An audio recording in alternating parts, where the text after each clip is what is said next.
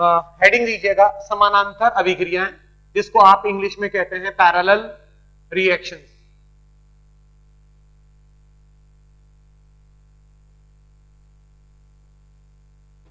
समानांतर अभिक्रियाएं, समानांतर अभिक्रियाएं।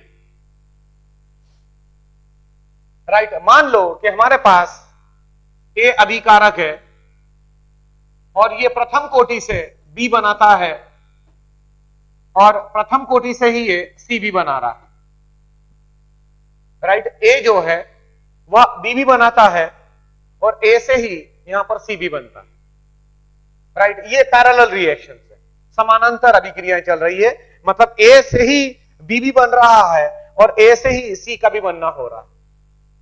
राइट, अब ऐसी सिचुएशन में हम क्या करेंगे, मान लो कि जो बी के बनने का जो वेग स्थिरांक का मान है वो K1 मान लीजिए और सी के बनने का जो वेग स्थिरांक है वो K2 मान लीजिए। राइट, तो अगर हम बात करें, अगर मैं बी के कंसंट्रेशन की बात करूंगा, राइट, बी के बनने को लेकर अगर मैं बात करूं, तो बी के बनने को लेकर अगर हम बात करेंगे तो मैं बोलूंगा plus dB upon dt is equal to plus dB upon dt, it is equal to K1 into A की सांद्रता। उस पर्टिकुलर मोमेंट पर मैंने डिफरेंशियल फॉर्म में लिखा है, डिफरेंशियल फॉर्म में मैंने इसको लिखा है plus dB upon dt, it is equal to K1 और A की सांद्रता उस पर्टिकुलर समय पर कितनी है। उसी तरीके से यहां पर मैं बोलूंगा plus dC upon dt, it is equal to K2 into A की सांद्रता। राइट, अगर आप अनुपात लेते हैं तो अगर आप अनुपात लेंगे, राइट, और अगर आप इसको हल करेंगे तो अल्टीमेटली आपको मिल जाएगा B की सांद्रता बटे में C की सांद्रता, it is equal to K1 upon K2। Right, check कर लीजिएगा, इसका मतलब यह हुआ B की सांद्रता बटे में C की सांद्रता, it is equal to K1 upon K2। इसका क्या मतलब हुआ, इसका मतलब यह हुआ कि जो B की सांद्रता है वह किस बात पर निर्भर कर रही है, जो हमारा कैपिटल B है उस कैपिटल B की सांद्रता K1 के ऊपर निर्भर करती है और C की सांद्रता K2 के ऊपर निर्भर करती है। राइट, मान लो मैं अब दूसरा केस ले रहा हूं, मतलब एक एग्जांपल आपको बता रहा हूं, जो ये बात मैंने बताई है इसको हम प्रूव कर रहे हैं। और जितना ज्यादा ध्यान रखना, वेग स्थिरांक का मान जिसका जितना ज्यादा होगा, राइट, उतना ज्यादा उसका प्रतिशत आपको मिलेगा, उतना ज्यादा उसका प्रतिशत आपको मिलेगा। राइट, तो अब यहां पर हम कैसे सोचेंगे, मान लो कि A से ही B बन रहा है, राइट, और A से C बन रहा है। ये दोनों प्रथम कोटि की अभिक्रियाएं हैं, प्रथम कोटि की अभिक्रिया मानकर हम चल रहे हैं। राइट, और मान लो कि जो K1 है, इस K1 का मान आपको दे रखा है 2 गुणित 10 की घात में ऋण 3, और जो K2 का मान है वो K2 आपको दे रखा है 5 गुणित 10 की घात में ऋण 5। और अब मैंने आपसे ये पूछा कि B का प्रतिशत क्या होगा, जो उत्पाद आपको मिला है, उत्पाद है B और उत्पाद है C, तो B का प्रतिशत कितना है, तो आप बोलेंगे परसेंटेज ऑफ B का प्रतिशत बराबर K1 upon K1 plus K2, ये बोला जाए। B का प्रतिशत बराबर K1 upon K1 plus K2। Right, तो अब यहां पर K1 का मान आपको दे रखा है 2 गुणित 10 की घात में ऋण 3 अपॉन 2 गुणित 10 की घात में ऋण 3 प्लस 0.05 इंटू 10 की घात में ऋण 3, अर्थात यह हो जाएगा हमारा 2 अपॉन 2.05। राइट, अगर आप सॉल्व करेंगे तो ये 10⁻3, ये 10⁻3, तो ये 10⁻3 कैंसल आउट हो जाएगा, इट मींस 2 अपॉन 2.05। राइट, इसका मतलब आप देख सकते हैं, और प्रतिशत निकालना है तो यहां पर इंटू 100 करेंगे, यहां पर इंटू 100 आपने किया। राइट, तो यहां पर भी हमने इंटू 100 कर दिया।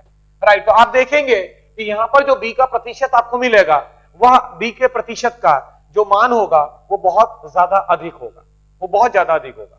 राइट, उसी तरीके से अगर मान लीजिए कि मैं सी का परसेंटेज निकालना हो तो परसेंटेज ऑफ सी, राइट, इस पैटर्न के ऊपर बच्चों एक बार आईआईटी जेईई में क्वेश्चन आ चुका है, तो ध्यान रखना बच्चों, ये बहुत ज्यादा इंपॉर्टेंट है, राइट। बहुत सिंपल है, कुछ नहीं करना है, प्रथम कोटि की जो अभिक्रियाएं होती है बराबर है वही कंसेप्ट लगाना है। फर्क ये है कि इसमें थोड़ा सा कुछ बातें अलग हो जाती है। अब यहां पर परसेंटेज ऑफ सी की अगर मैं बात करूं तो मैं बोलूंगा percentage of C it is equal to K2 upon K1 plus K2 which is equal to 5 गुणित 10 की घात में ऋण 5 अपॉन 5 गुणित 10 की घात में ऋण 5 प्लस 2 गुणित 10 की घात में ऋण 3, राइट, बस। और इसको इंटू 100 कर दीजिएगा। वैसे यहां जो प्रतिशत आपने निकाला था तो 100 माइनस कर देंगे, राइट, तो वहीं से आपको परसेंटेज ऑफ सी प्राप्त हो जाए, राइट। अब थोड़ा सा मैं एक डिफरेंट केस ले रहा हूं, बहुत सिंपल केस में ले रहा हूं आपके सामने, देखिएगा। अगर मान लो कि हमारे पास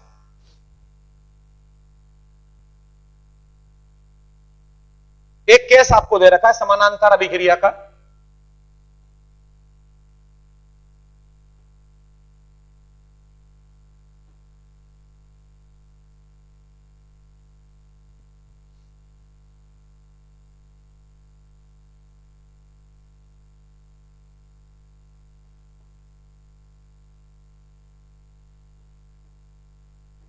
x giving 2y, right, x से ही 2y मिल रहा है और x से ही z मिल रहा है हमारा।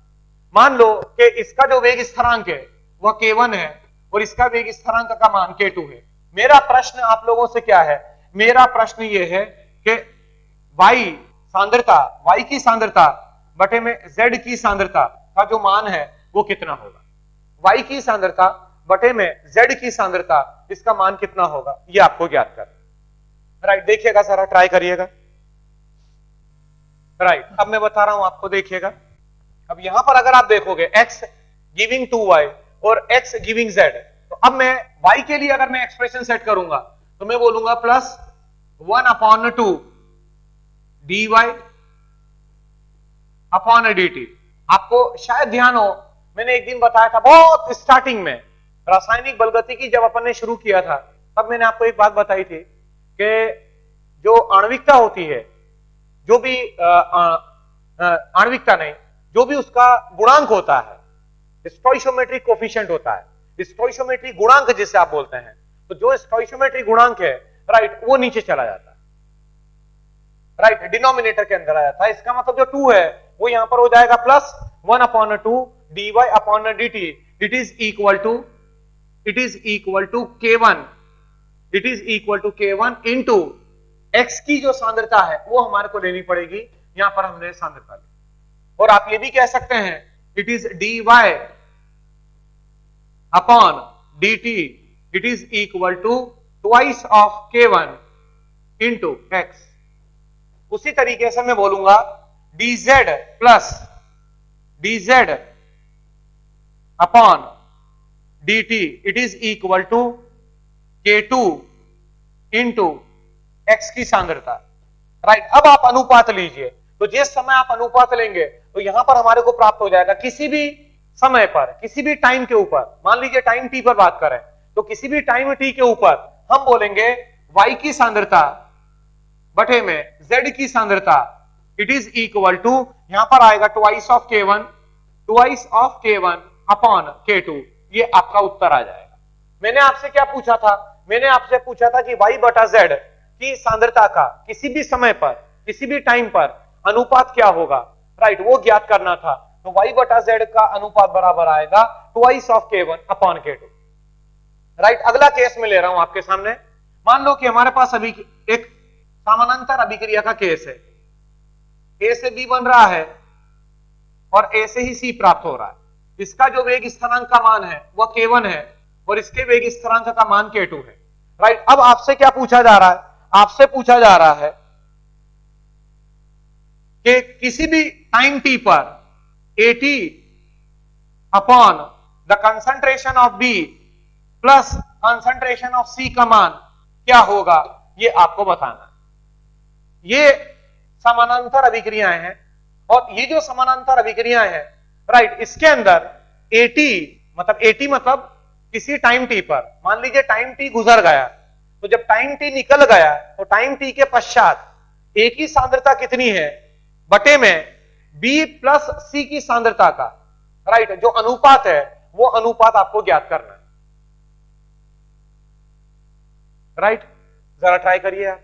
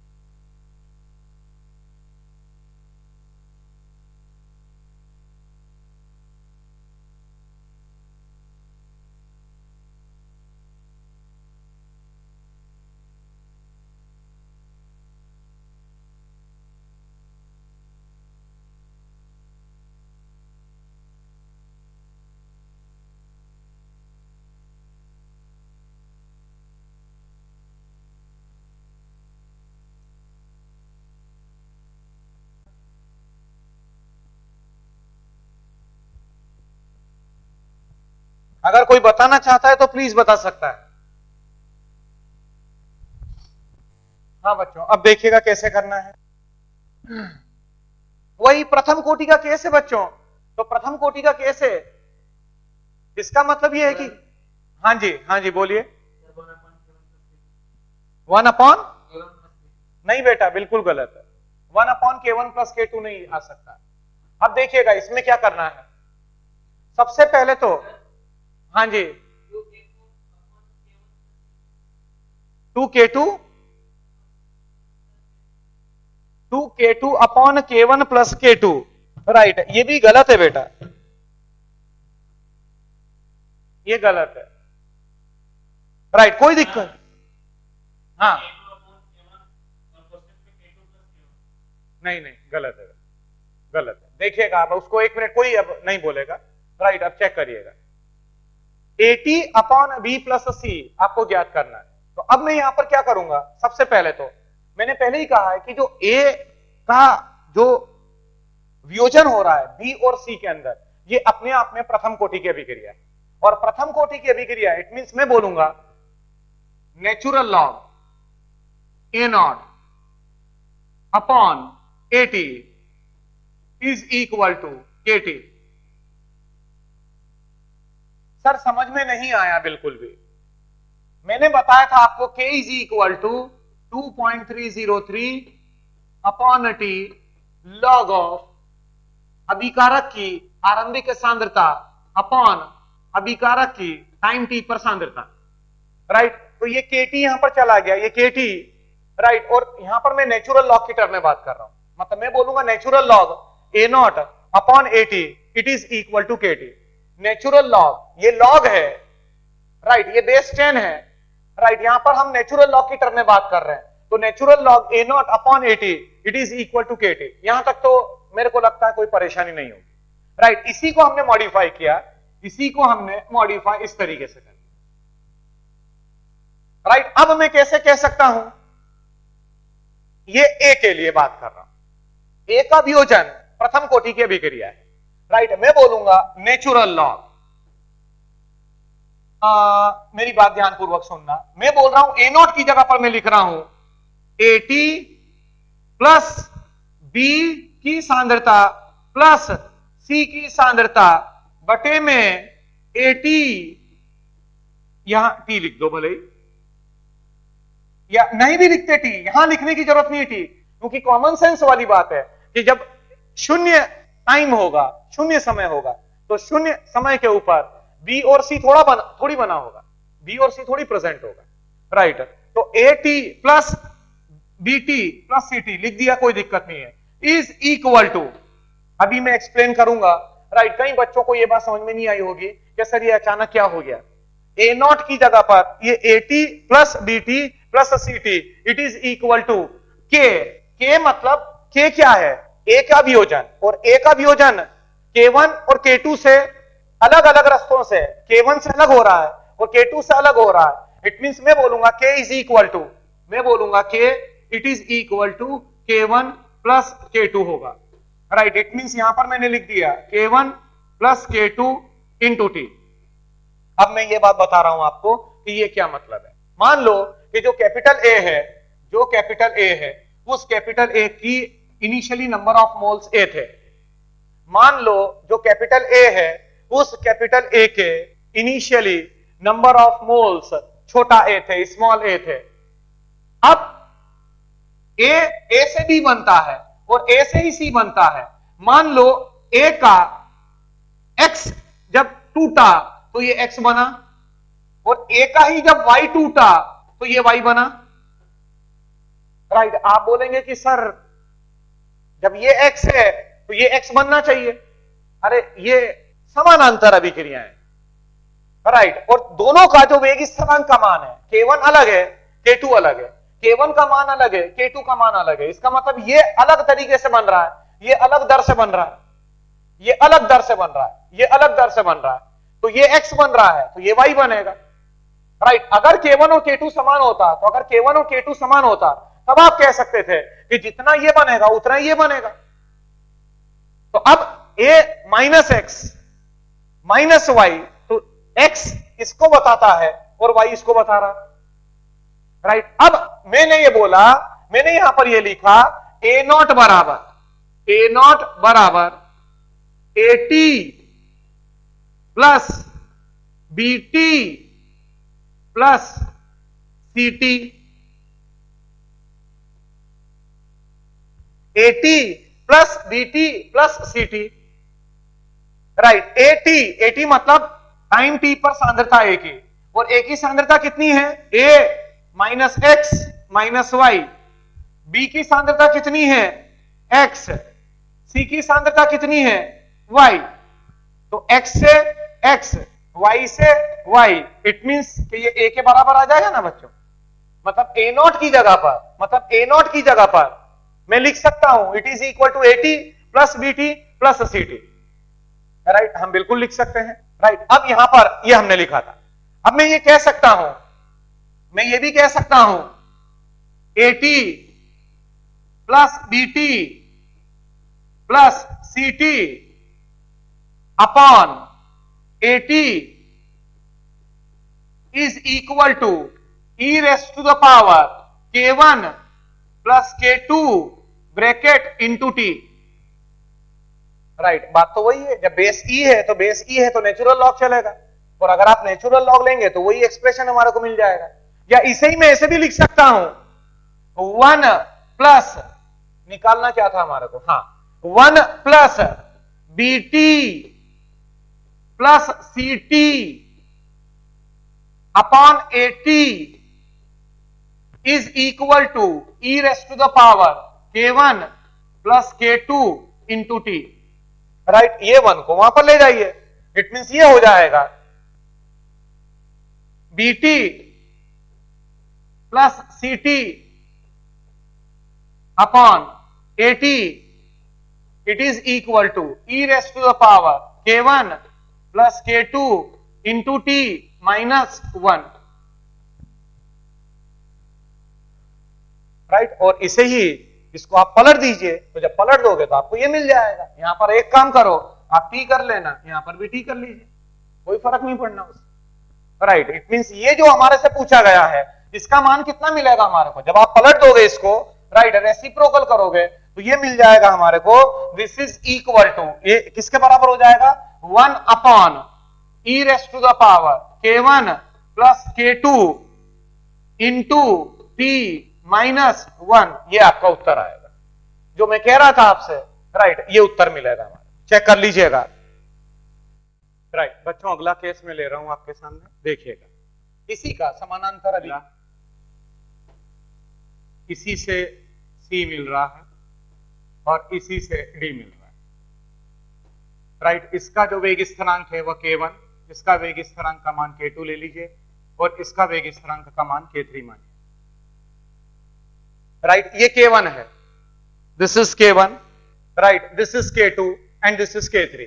मैं इसलिए बोल रहा हूं क्योंकि कुछ बच्चे जैसा बोल रहे हैं कि उनको नजर नहीं आ रहा है बराबर से, राइट। तो इसीलिए मेरे साथ साथ नोट करना, A से B मिल रहा है, A से ही C मिला और A से ही D मिला, राइट। B के बनने का जो स्थिरांक है वह K1 है, C के बनने का जो स्थिरांक है वह K2 है और D के बनने का जो स्थिरांक है वह K3 है, राइट। और K1 का मान आपको दे रखा है, K1 is equal to x पर r, K1 is equal to x पर आर, और आपको दे रखा है K1 is to K2 is to K3, it is equal to 1 is to 10 is to 100, ये आपको दे रखा है।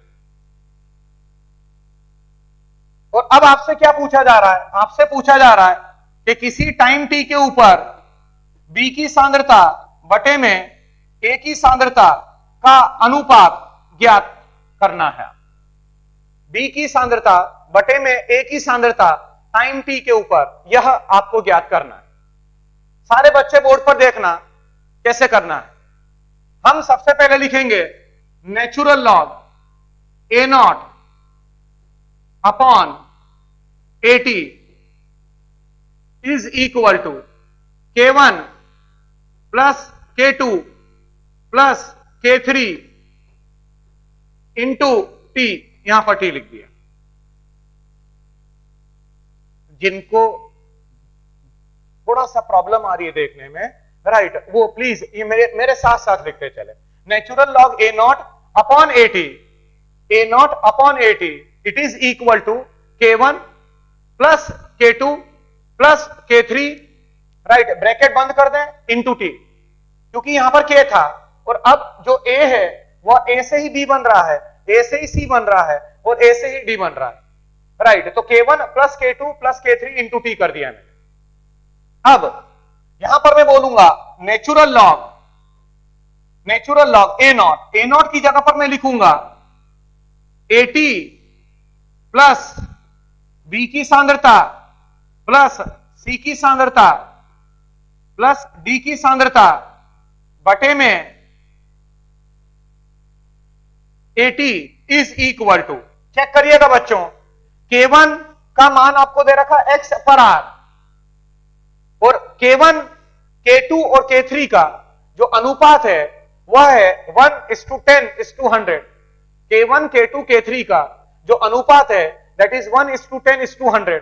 इसका मतलब मैं बोलूंगा कि अगर ये K1 दे रखा आपको x, यहां पर लिख देता हूं, K1 x पर r है, तो जो K2 हो जाएगा वो K2 हो जाएगा 10x पर r और जो K3 हो जाएगा दैट इज 100x पर r, राइट। तो अगर आप इसका सम करोगे, योग करोगे, तो x plus 10x plus 100x that will comes out to be 111x, 111x into T, ये हमारे को मिल जाएगा, राइट। अब बात आगे बढ़ती है, मैं बोलूंगा नेचुरल लॉग, या एक काम करो, नेचुरल लॉग को पहले ही हटा दो, बेस E में ले जाओ, राइट मतलब मैं बोलूंगा AT upon AT that is 1 plus B की सांद्रता प्लस C की सांद्रता प्लस D की सांद्रता upon AT is equal to e raised to the power 1 x into t. Right ये हमारे को मिल जाएगा। अब बात आगे बढ़ती है 1 प्लस दिस। प्रश्न में आपसे पूछा जा रहा है कि B की सांद्रता बटे में A की सांद्रता का अनुपात ज्ञात करना है। तो अब मैं C और D हटाना है, तो C और D हटाने के लिए मैं क्या करूंगा, अगर किसी टाइम t पर B की सांद्रता कैपिटल B है, तो जो C है वह C की सांद्रता B की सांद्रता के C की सांद्रता B की सांद्रता के 10 गुना होगी। क्यों 10 गुना होगी? क्योंकि K2 का मान K1 के मुकाबले 10 गुना है और K3 का मान K1 के मुकाबले 100 गुना है। इसका मतलब मैं ये भी कह सकता हूं 1 प्लस B की सांद्रता प्लस C की सांद्रता बराबर 10B हो जाएगा। तो यहां पर 10B लिख दिया और D की सांद्रता हो जाएगी 100B, ये 100B मैंने लिख दिया upon 80 is equal to this much. ये हो गया हमारा राइट। इसी को हम आगे बढ़ा रहे हैं, मतलब ये हो जाएगा B plus 10B plus 100B, it means ये हो जाएगा 111B upon 80 is equal to e raised to the power -1। ये हमने कर दिया e raised to the power 1 x into t -1 right. और आप कह सकते हैं B की सांद्रता अपॉन A की सांद्रता टाइम t पर it is equal to 1/111 e raised to the power, ये आपका उत्तर आ जाएगा। B upon 80 is equal to 1/111 bracket e की घात में 111 x t -1, e की पावर में 111 x t -1 राइट, ब्रैकेट बंद कर दीजिएगा, यही हमारा आंसर आ जाएगा राइट। तो बच्चों कल इसी को हम कंटिन्यू करेंगे। That's all for today.